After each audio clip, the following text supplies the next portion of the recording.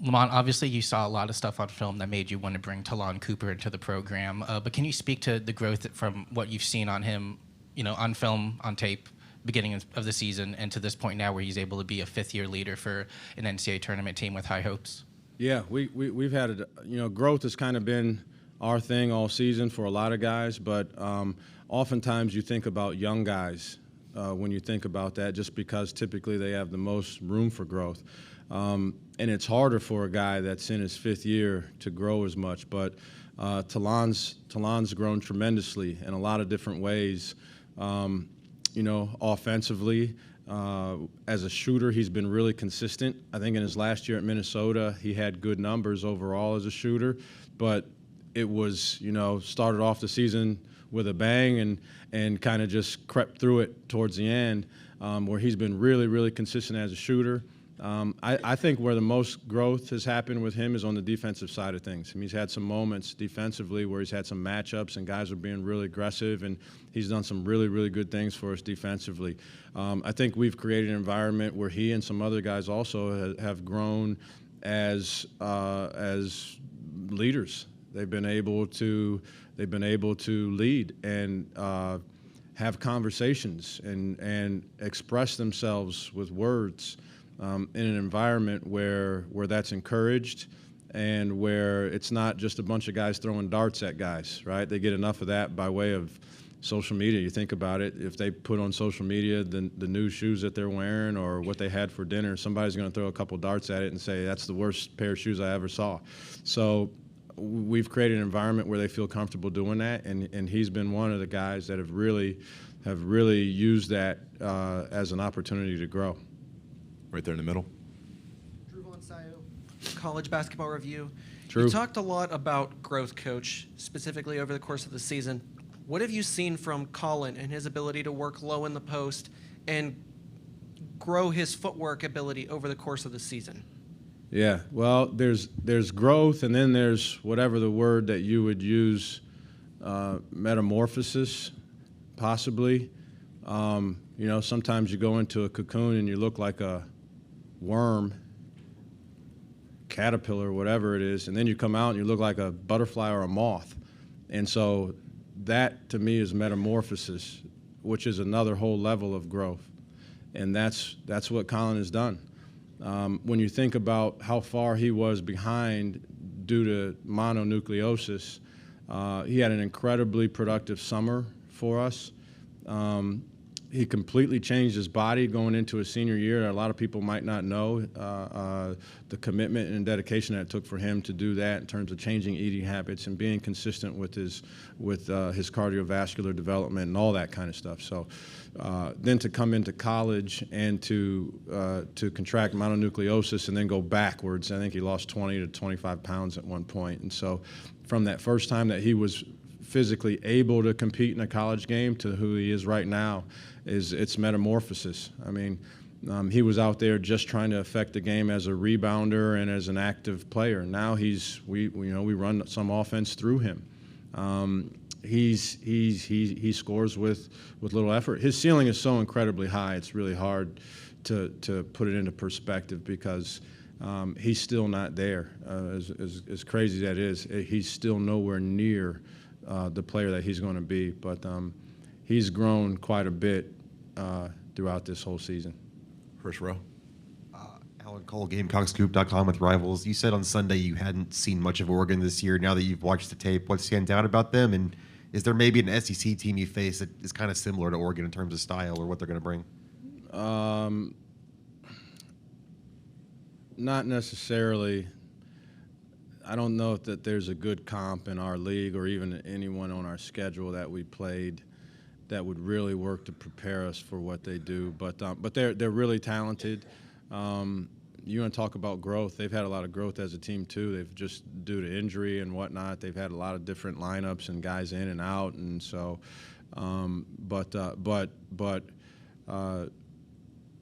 If you look at the history of Dana Altman's teams, this is the time that they put it together, and so they've done that once again.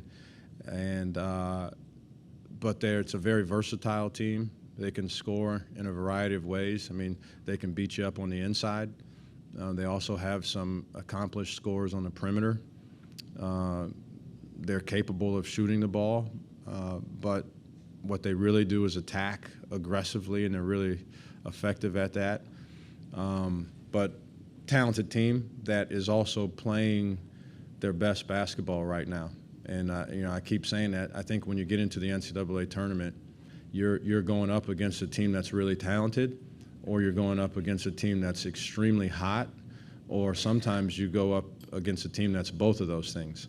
And so you have to play well. You have to play well this time of year, and certainly they are playing well. Right middle. With the Pittsburgh Tribune Review. Just another question for Colin for you. I'm curious, just what has he been like in his first year collegiately, just in terms of his coachability, willingness to learn, asking questions, things of that nature, and what are some of the keys for him to continue to elevate his game? Yeah, he's been extremely coachable, I would say. I think that's one of the strengths of our team. We've been extremely coachable this year as a unit, and he has been really coachable. I'll tell you what he does more so than the typical true freshman is he accepts responsibility. It doesn't mean he always gets it right. He doesn't.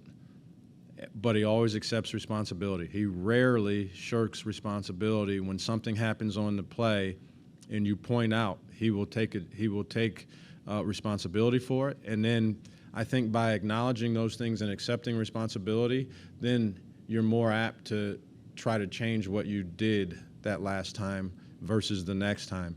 And I think that's a key to him being able to continue to grow throughout this whole thing. But extremely coachable. But in terms of next stuff for him, maybe 365 days we'll be back here and I'll look like Nostradamus. But he's got such good touch, Colin does, that there's a world where we're running plays for him to shoot the ball from the perimeter. We could ball screen for him, which we haven't really done that. I'm telling you, the guy's ceiling, who knows when he gets there, but the guy's ceiling is really high. But I think in terms of growth, those would be the next things that would be able to unlock another level of productivity for him as a basketball player. Front left. Coach Mike Uva, Gamecock Central. With so many new faces on this team this year, we talk so much about, from a coaching standpoint, when a coach comes in, okay, players earning your trust, but it works both ways in sports. What do you think has allowed this team to trust you and believe in what you envisioned, especially after being here just 2 years and after the year you guys had in the transition year in your first year? Yeah, I think some of it starts in the recruiting process when you show what you're about, and after a year like last year, and last year was my first year here, you have to use vision. They have to trust in your vision. So some of it is how you frame the vision up, and what have you done in your career and in your history. These are things that I like. These are things that I value. You do those things well. Also, if you look back at my track record, teams that I've been around have been extremely good with those values, and you fit right in there. And so I think that's what it is that initially earns their trust. I think they trust your plan and how it fits their vision. I think that's the first level of trust that has to happen. Then when you get here and those things are aligning up the exact way, trust is emboldened even more. And then I think when they spend time around you and they hear you say the things that you say, I don't think there's one guy on our team that believes that this whole process is about me, that I think that this whole process is, I don't think there's one guy on our team that thinks that for a second. And so because they know you're about them and you're here for them, then I think it's pretty easy to get them to trust you, and you tell them the truth and they believe that it's the truth. And then once you start playing games and there's success, then then it's a little bit easier to do that at that point. But I think the big part once they get here is that they have to know one way or another, when all the dust settles and the smoke clears, that you are for them. And again, I don't think there's any one guy on our team that doesn't believe that wholeheartedly. Left, second row. Jordan K with the State. You've had so many NCAA tournament experiences as an assistant. Is there something that Keith or Bo Ryan or even Greg Gard did that you take with you now when you bring teams to the NCAA tournament? And is there a way, do you mesh all the different things you liked about the way those guys handled it that you take with your team now? Here's what I'll say. I think for the most part, at all those places, all the great coaches that I've been blessed to be around and work with, I think it's what we did leading up to the tournament, whether that was conference tournament, NCAA tournament, NIT, any sort of postseason play. I think it's by and large all the things that we did leading up to it that made it to where you were bound to have postseason tournament success, because everything to the guys was kind of the same, even though none of it's the same. None of it's the same. Their families aren't going to act the same. People that have never come to a game are going to travel to a game because it's the NCAA tournament. Nothing is the same. There's more media. There's more scrutiny. None of it's the same. But in all those places, we had prepared so consistently. And I think that's part of the reason why this team has had a lot of success away from home, because we've prepared so consistently that performing, and that's what you want to do, is get out there and perform, it happens it's a little easier to get through the other stuff, to just getting down to playing to the nuts and bolts of playing basketball, having fun, and then performing. To the right, second row. Alex Jones with thebigspur.com. Obviously, Talon and Studi were battling some injuries from the SEC tournament. I was wondering if you could provide an update on those guys. Yeah, I think there's been good progress on behalf of each of those guys. I think Miles Studi, his injury was a little more significant in that he had to miss some game time, but he's made good progress. So I expect him to be available at some level. We'll see what that looks like in terms of what percentage of his usual self he is, in terms of mobility, in terms of absorbing contact and being able to continue to play the way that he needs to be an effective piece for us. And then Talon was the same. I think he's at a pretty high percentage of full health, and he'll be ready to go. Probably got time for one more. Any more, Coach? Last question right there.